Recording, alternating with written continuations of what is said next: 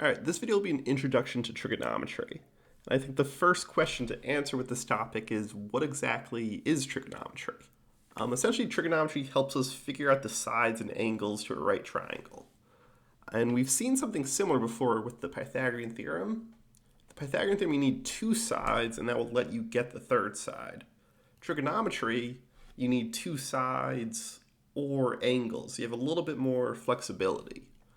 All right, so let's say we had a building, we want to figure out the height of the building. Well, the problem here is we can't really measure the height of a building easily. You'd have to climb windows or have a really long measuring tape. There's a lot of problems with trying to measure the height. But what we can measure is we could measure horizontally. So maybe we go some distance along the bottom here. Maybe we go 100 feet away from the building. And something that's a little bit easier to measure is, instead of trying to measure the height, we try to measure the angle. So from where we're standing, we look at the top of the building and we measure this angle right here. Let's say we get it's 32 degrees or something. Well, now we have one side to the right triangle, we have one angle. So we can put those together, and using trigonometry, we're going to be able to figure out what the height is. Now, trigonometry is very calculator heavy, so we're not going to figure out what the height is today. We're just going to figure out how to kind of use trigonometry. And in future lessons, we're going to figure out how to solve for different sides in the triangles. So the main part for trigonometry are the sine, cosine, and tangent functions. And essentially each of these just represent two different sides to the triangle. So in this right triangle here, we're going to be taking two of the sides for every problem. So maybe we want C and A, or maybe instead we want to take B and A, or B and C. Two of the sides are going to be involved in every problem. And each of these functions represents a different pair of two sides. So this first question here asks, what is sine of angle A? So if you notice it gave us an angle, that means we're going to be looking at angle A as a reference point. So from angle A, each of the three sides are going to have a different term associated with it. Angle C is going to be our hypotenuse because it's across from the right angle.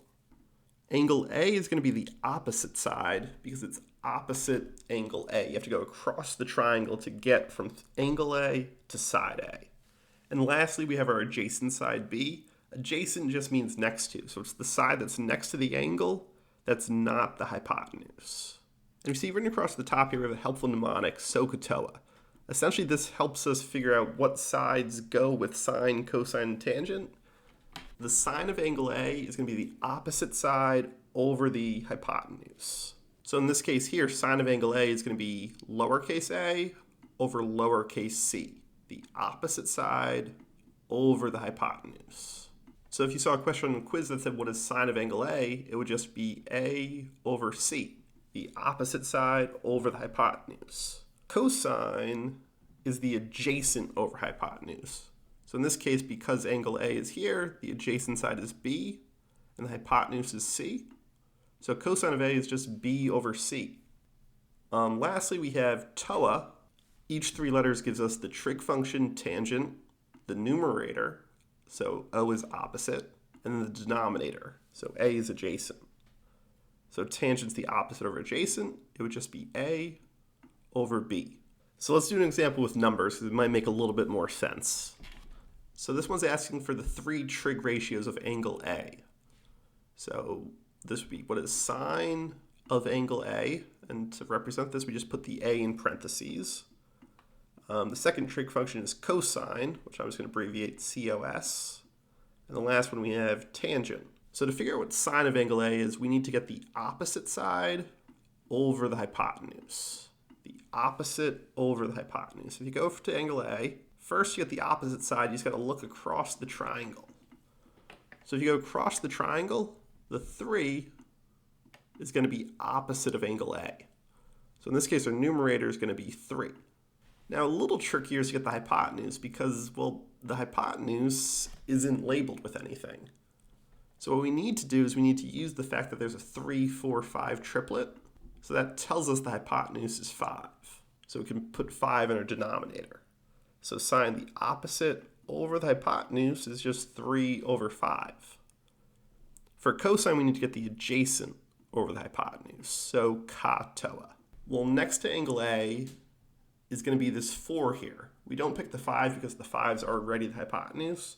The 4 is the other angle that's next to angle A. So 4 is the adjacent side. So to get cosine, we pick the adjacent over the hypotenuse. That's going to be 4 over 5. And for tangent, the opposite over the adjacent is just going to be 3 over 4. So the next lesson, we're going to go into how to actually figure out what are these angles. How do we actually use this? Today, we're just going to be setting up these ratios. So the example we just did, we took sine, cosine, tangent of angle A.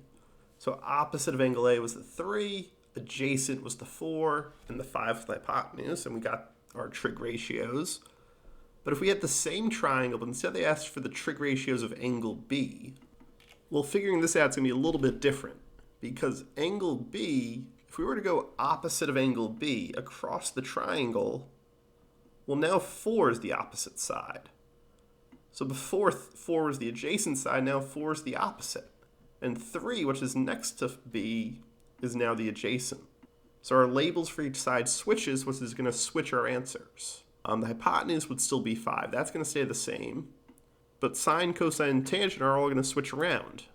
Sine, if we do the opposite over the hypotenuse, would be 4 over 5. Cosine would turn into 3 over 5, and tangent would turn into 4 over 3.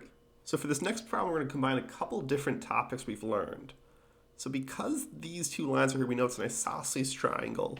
So that means not only are these two sides equal, but these two angles are also equal.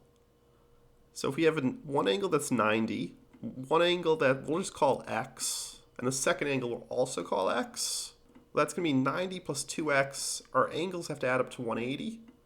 So we can set that equal to 180. We go through and we solve for x, subtract the 90, and you get 2x equals 90. Divide by 2, and you get x is 45. So that means these two angles here are going to be 45 degrees. So this means we have a 45, 45, 90 triangle, which means we can put our ratios from the last chapter into the triangle. So the two legs are p, and the hypotenuse is p root 2. So in this case, across from the right angle, our hypotenuse is going to be p root 2. Opposite of A is p, and our adjacent to A is this other p here. So now if we wanted to set up our trig ratios, so let's say we want to get sine of A, well, that's just going to be our opposite over our hypotenuse. So in this case, that would be p over p root 2. Now, because we have a p on top and a p on bottom, they could cancel out, and this just turns into 1 over root 2.